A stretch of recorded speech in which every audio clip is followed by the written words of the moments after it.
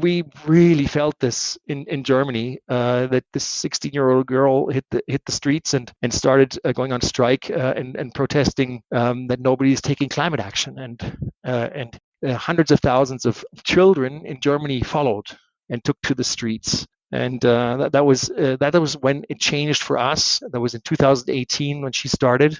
It completely changed the business, because it brought this awareness to everybody because of the children taking to the streets. It went into the media. Investors were getting more serious about it. And now actually companies are taking it really seriously. How did Greta Thunberg inspire climate action around the world? Stay tuned to know more about the story of how businesses have become more climate action oriented in recent years.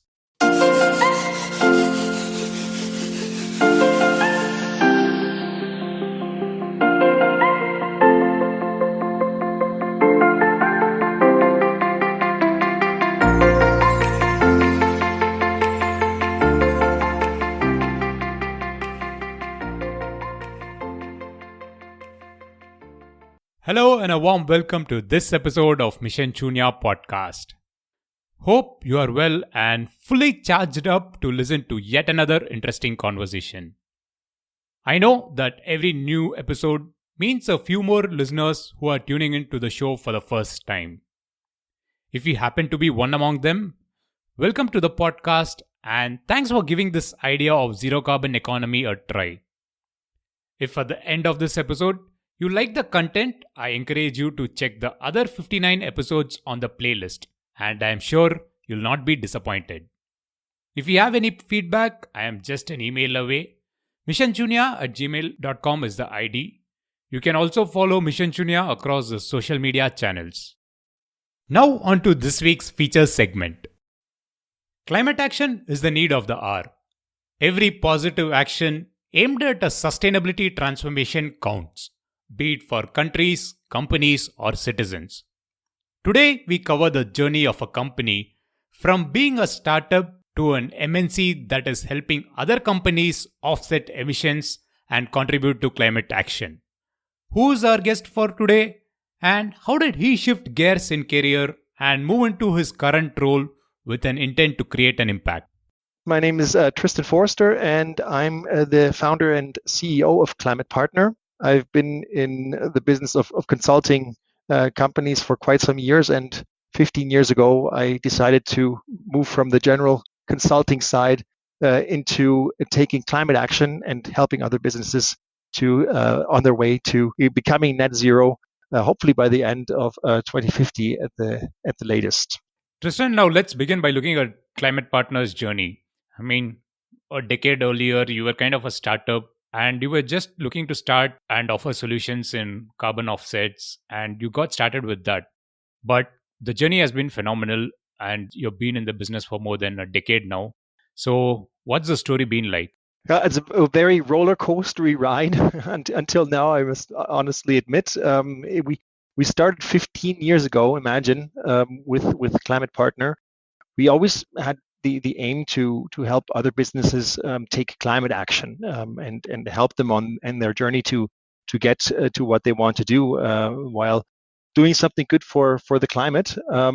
And it's actually started out as a consulting business, if you want to say. Okay. My best friend Moritz and I, when we founded the company, we had talked once to the German Postal Service. Was one of the big companies that wanted to take climate action somehow. And we suggested to them, why don't you send your packages and your letters carbon neutrally? So you can calculate the carbon footprint of sending a letter or a package or a parcel, and then you can offset those emissions by investing in carbon offset projects. And they said, oh, that sounds like a great idea, but we don't need you for that. We're going to do that on our own. So they kind of kicked us out of the door. Spoiler alert, in the meantime, they're a large customer of ours. Okay. So we've come back together. But in that point in time, 15 years ago, we said, oh, that sounds interesting. If they find it interesting, I'm sure that other companies find it interesting too, to be able to take climate action in a similar way. And that's when we founded ClimatePartner. so that we could do that, because we thought, well, companies can take climate action, which is a benefit for them. It's a benefit for the consumer that gets a product that is potentially carbon neutral. It's good for the climate, and it's good if hopefully we can make this business to work for us. So it's kind of a four-way win situation. That was what we thought at that time. Nice. Yeah, and then the funny thing was, you would not guess what our first core industry turned out to be. I think if we would lock 100 smart people in a room and ask them which industry needs to take climate action, you would not come up with this industry. It was the printing industry. Wow. Imagine. So True. yeah. Well, it's printing industries printing letters on paper in the end. So it's not a very complex industry, but and we're talking really about print products like magazines and brochures and things like that. And we had a friend had an agency, like a marketing agency. He says, I know a lot of printing companies, and they're all having real tough time to survive right now, because it's a very strong competition.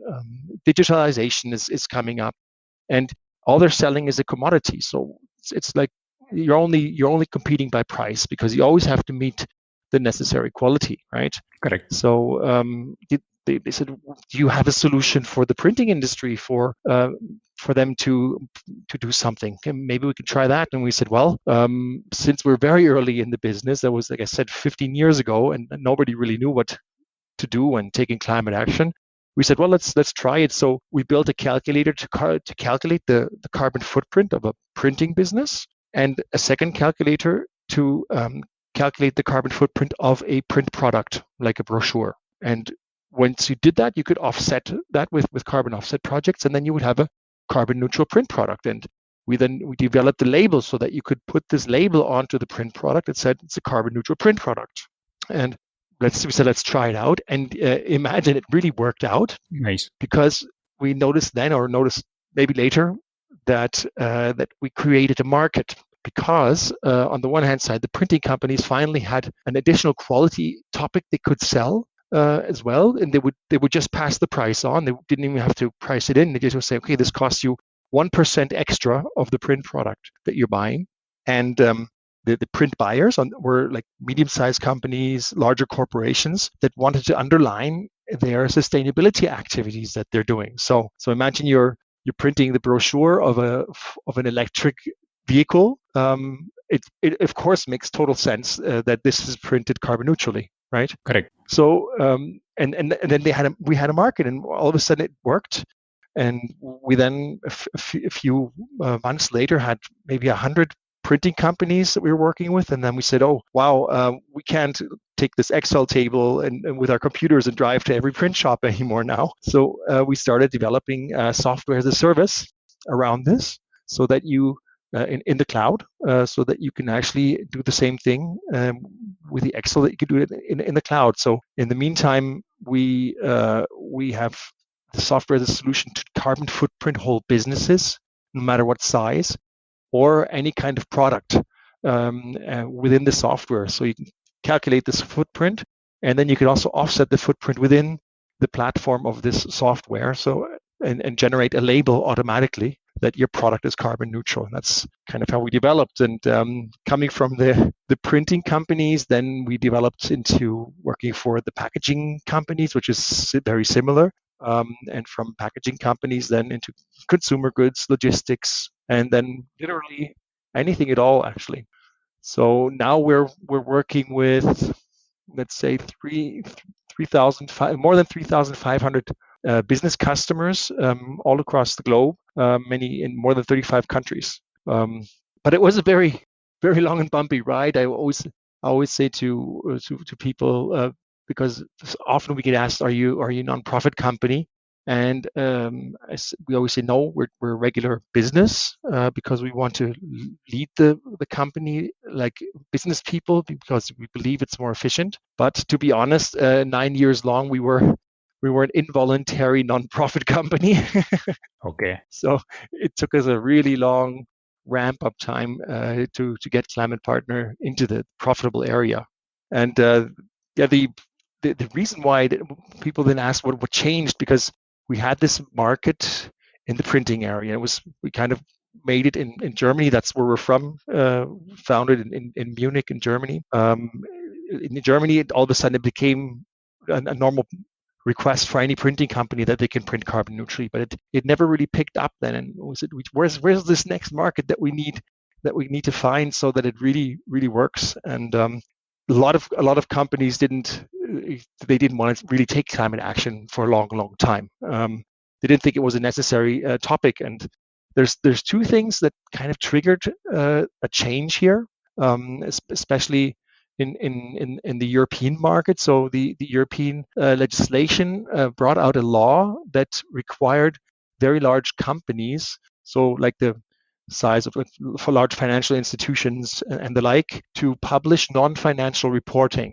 So next to their regular reporting, they have to publish things like a sustainability report, for example, and deliver data on this. And they were really proud that they were doing this, especially also in Germany. They were proud. Well, finally, there's a law that you need to take sustainability seriously. The funny thing was those businesses that were now required to do this non-financial reporting, they'd been doing sustainability reports for 10 years already. So I always thought it's not going to change anything because those companies are already doing it. But I was wrong, because these large corporations now realized that this non-financial reporting is also a valuation topic. It's also investors are now really reviewing these non-financial reports. And then they said, oh, if they're doing that, then we have to be even more serious about it. And if we want to know the carbon footprint of our business, we can't just look at our own business that we're doing, our own value added. We have to look at what are the products that we're actually procuring, that we're actually buying. So we have to talk to our suppliers. And so the large corporations started to request from their suppliers that they had to do non-financial reporting as well. And typically in European countries, there's many suppliers are like mid-sized companies, and they said, "Oh my gosh, what is a carbon footprint? How do I do that? How do I get there?" And that's when all of a sudden our sales activities turned profitable, because they turned to us to support them in doing exactly that. And that was 6 years ago, and that's when we started from a very rocky phase at the beginning, roller coaster ride, always having to see how we turn, or we did not have to close the company. It turned into a nice, easygoing, nicely growing, but not fantastically growing business for another 2 or 3 years. And then in 2018, I don't know how much you actually got the sense of this in India, but maybe you've heard of Greta Thunberg. Yes. Which is a 16-year-old Swedish girl. You've heard? I'm sure you have. I'm sure it's a big sensation all over the world. Yes. And that, I mean, we really felt this in Germany, that this 16-year-old girl hit the streets and started going on strike and protesting that nobody's taking climate action, and hundreds of thousands of children in Germany followed and took to the streets. And that was when it changed for us. That was in 2018 when she started. It completely changed the business because it brought this awareness to everybody. Because of the children taking to the streets, it went into the media. Investors were getting more serious about it, and now actually companies are taking it really seriously. And now they want to know what to do, and that's when our business started to really explode. So now we're in a phase of real massive scaling. We were, let's say, at the beginning of last year, we were around 50 people. Now we're hitting 250. Wonderful. So it's still for large consulting companies or so, it's still small, but it's for us, of course, a huge growth rate that we're allowed to go through. And we have to show that we can scale this. And I have a nice little story for you to show how it feels a little bit, or what the difference was. Yes. I remember about, what was it? I think 5 years ago, I was invited to a trade fair, and I was supposed to hold a speech there about taking climate action for businesses, right?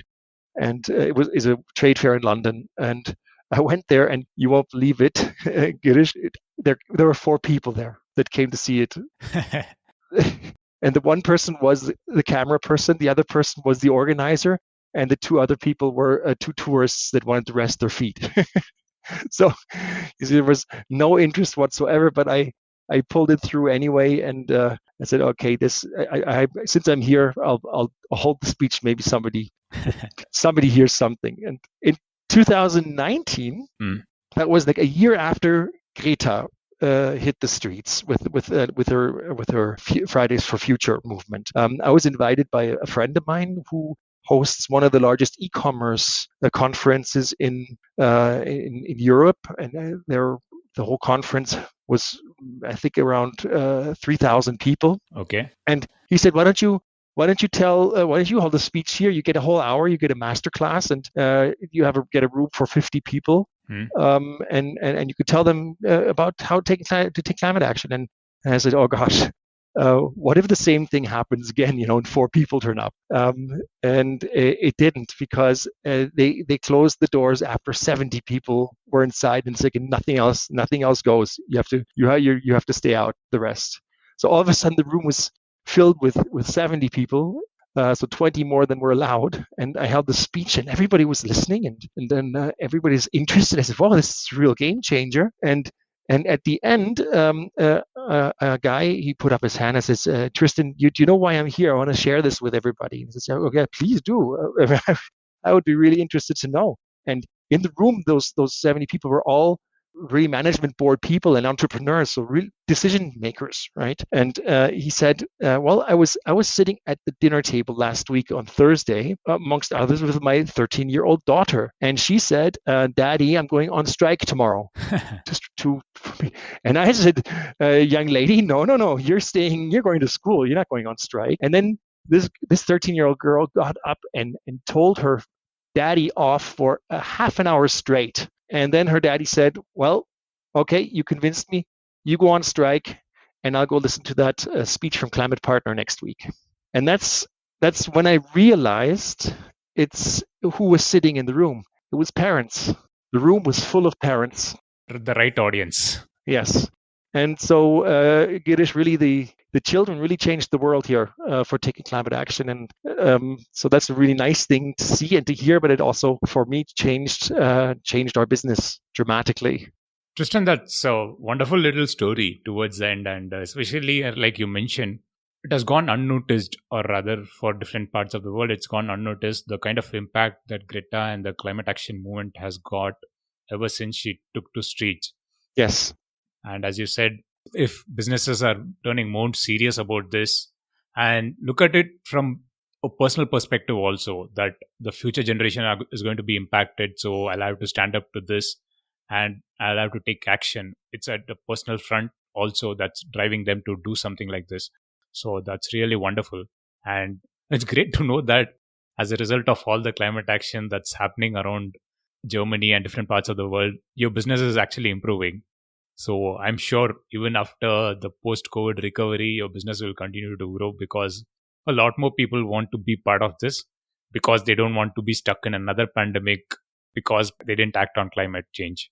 Absolutely, Girish. We were seeing this. It was even during the COVID pandemic, when it struck at the beginning, a little more than a year ago, we thought, oh, what's going to happen for our business? Because typically you would think taking climate action is not the first thing you would do if you think that your business is going out of business, right? Correct. You will take other actions, and interestingly enough, it was not the case. So it was like a short breather that it's where things stopped because businesses were insecure. But then all of a sudden it really took up speed again. We really grew strongly during the pandemic, because exactly what you're saying, I think a lot of companies realized, we can't go on like this.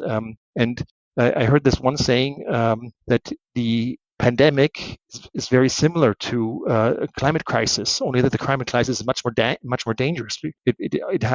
Everybody has to work together. It's affecting everybody across the globe, and we all have to find a solution together. And the pandemic, the beginning was dangerous for our grandparents, and a climate change is dangerous for our grandchildren. Exactly. So companies are really realizing this, and we had the greatest luck that just shortly before the pandemic started, we convinced consumer goods companies and retailers, food retailers especially, to work with us. And that is, of course, those are goods that were actually growing and more demanded for during the pandemic. So that's also a reason why we were very lucky to have placed our bets on the right industry here. That's very good to know that you placed the bets on the right industry. And as a player who's developed the platform even before that, I mean, you are well positioned to attract new customers in this space. Now, looking at the solutions that you offer, you did mention about carbon footprinting, the labeling, and other things that you do, and the software as a service platform. So, what are the other solutions that you offer in line with this?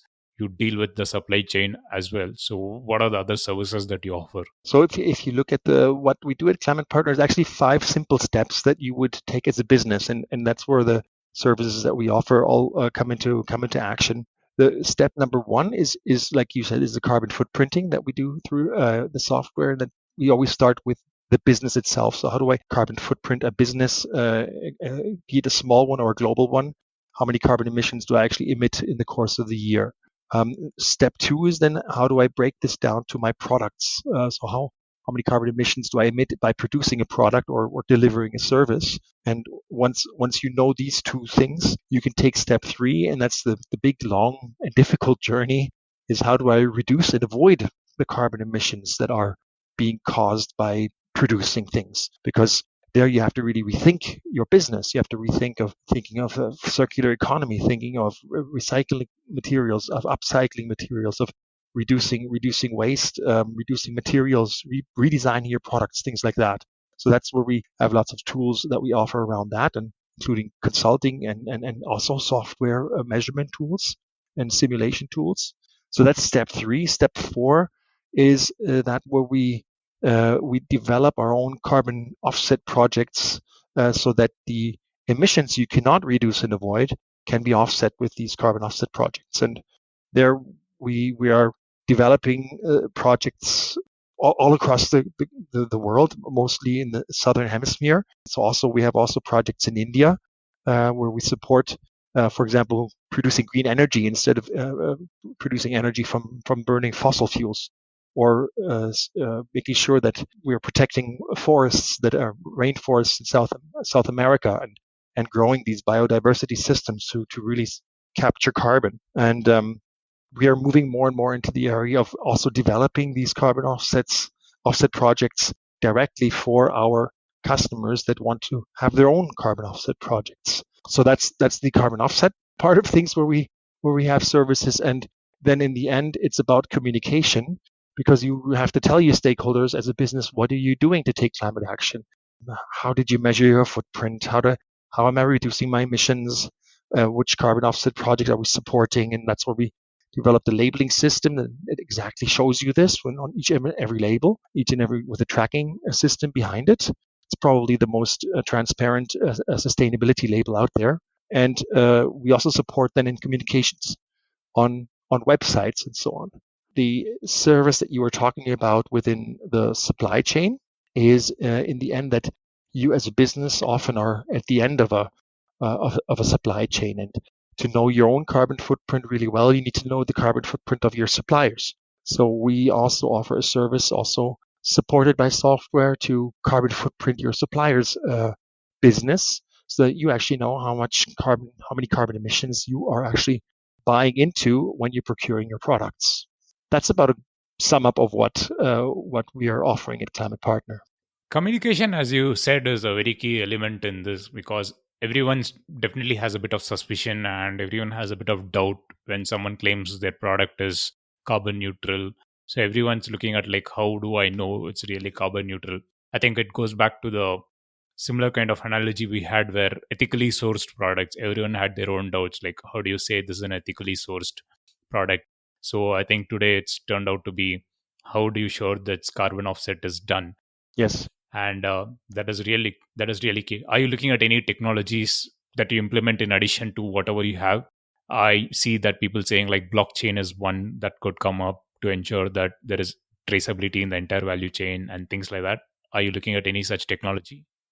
Yes, well, we're looking at the technology, or let's say we're not looking into it, but we're observing what's happening in the market. The thing is that in the meantime, the way the system of carbon offset projects and the security around it has been set up in a quite clever way. So we only source carbon offset projects that have been certified by certain international standards, for like the Vera standard or the gold standard. And how does this work? It's the case that you have NGOs like the gold standard or the Vera standard.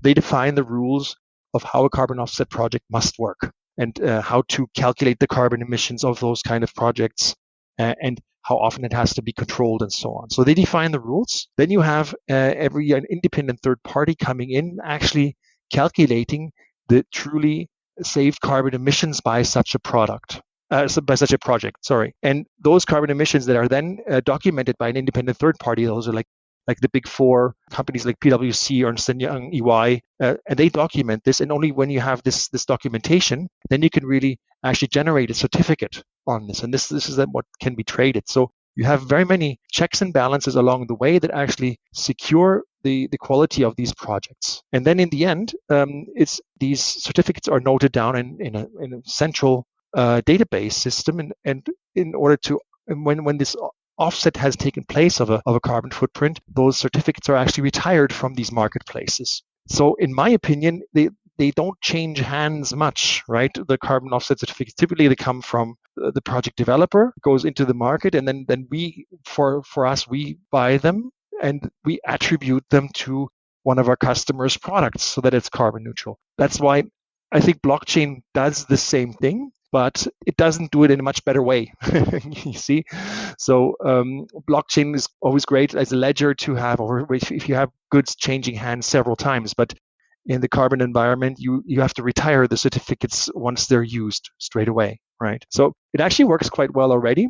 I think what is interesting to look at in technology-wise is to see how can you more easily calculate more clearly and more easily calculate the real savings of these carbon offset projects carbon-wise. I think there's a lot to be done, or that can be done there, so that you're even more secure, because these calculations that are done at the moment are extremely conservative.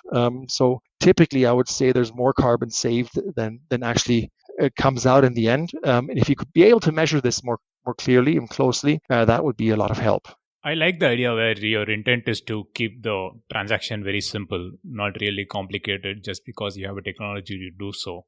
And like as you rightly mentioned, the entire process is kind of straightforward if you have checks and balances already in place, and if it's being validated by third-party agencies, the entire transaction should be good. That brings me to my next question, because considering the steps involved and the processes involved, the checks and balances, how easy is it for a company to get started with this? Do you have any restriction in like the size of a company? How big a company can get started with this transition? So that's something, Girish, we're very proud of. We have the 3,500 customers that we have. They come from all walks and sizes of businesses. Okay. We talked about the printing industry before. We have 3-person printing companies all the way up to the largest printing companies in the world that we work together with. We work with, let me think, an orthodontist in the Netherlands, all the way up to the World Bank. Nice. And we work with, let's say, famous consumer goods producers, also all the way up to the largest consumer goods producers in the world and retailers. But we also have like the little stand at the Oktoberfest even that sells sweets, that wants to work together with us. It's really a broad bandwidth, and it's really easy to get started with taking climate action, because we've developed the software as a service around it. So you can get started very quickly, and you can be done very quickly as well. Even if you're a medium-sized company, we typically say to carbon footprint, a medium-sized business will take you around 6 to 8 weeks, and then you're through with it. And then you can really start to know your footprint and take climate action in reducing your carbon footprint. Because first step is always to get started to calculate your carbon footprint, because what you can measure, you can then actually effectively change. Yes, that's like a good principle to have. What can be measured can actually be acted upon. So that's a good point to do. Now, in terms of the projects that you said, you get started 6 to 8 weeks and then you can go forward with that. But customers would definitely want to come back. And there is a retention model also that is there in your system, right? So is it only for the big players, or if someone changes the processes, they come back and then again get it validated? Yes, typically it's the case that you carbon footprint your business once a year, because you always look at the past year and see how many carbon emissions you've caused, right? So it's a recurring model. Once you get started in taking climate action, you have to measure your carbon footprint year on year, so that you can really see if you have the progress there or not. And that's where the retention model from our business kicks in, where we say the beginning we have kind of like a setup fee, help to onboard the customer, and as the customers move on and have done it a few times, they can do it all on their own. So it's like a yearly service fee to use our software, and then whatever you want to take climate action where we can help in, we're really happy to help, and that is more like project by project wise. So typically, we have a very high retention rate of customers, because once they start taking climate action, they usually continue. I'm not aware of a business actually not continuing to take climate action, which is a nice thing, of course. That's really wonderful. That's really good to know. And that perfectly leads me to my next question. Like, we speak about businesses, but as someone who's listened to this conversation, or someone who out of enthusiasm would have asked the same question, I'm sure, at a conference in the last couple of years at least. As an individual, what can they do? What is the best can an individual do apart from buying products from companies that are ethically sourcing, or buying it from carbon neutral sources? What can an individual do? Do you have any solutions for them? Yes, we actually now set up what we call the ClimatePartner Foundation, which is actually a nonprofit company, or business, not business, nonprofit organization. We call it Climate Partner U. You can find it under u.climatepartner.com. Okay. And there you can actually calculate your own carbon footprint as an individual, or as a family, or as a household, and see what's my personal carbon footprint in the course of a year. And they're the same principle, actually. You can measure your carbon footprint, and then you can think about, oh, where does my carbon footprint actually come from? Is it more from travel? Is it from commuting to work? Is it from consumption? Is it from my food, my eating habits? Because the more meat you eat, the higher your carbon footprint, for example. The more you consume, of course, also the higher is your carbon footprint. And the more you travel by car or even fly by plane, of course, your carbon footprint will be higher. And then you could start to reflect upon this and see, well, what can I do? Maybe I'll try to get to work more often on my bike instead of using public transport, for example. So this is something interesting to have a look at as well, and also to compare your carbon footprint to let's say the average carbon footprint of somebody living in your country. We haven't set it up in the basis for India yet, but I think it's set up for Germany for now. Okay. But that really doesn't make a difference. You can do it in English, and the carbon footprint that you measure for yourself will that's what it is.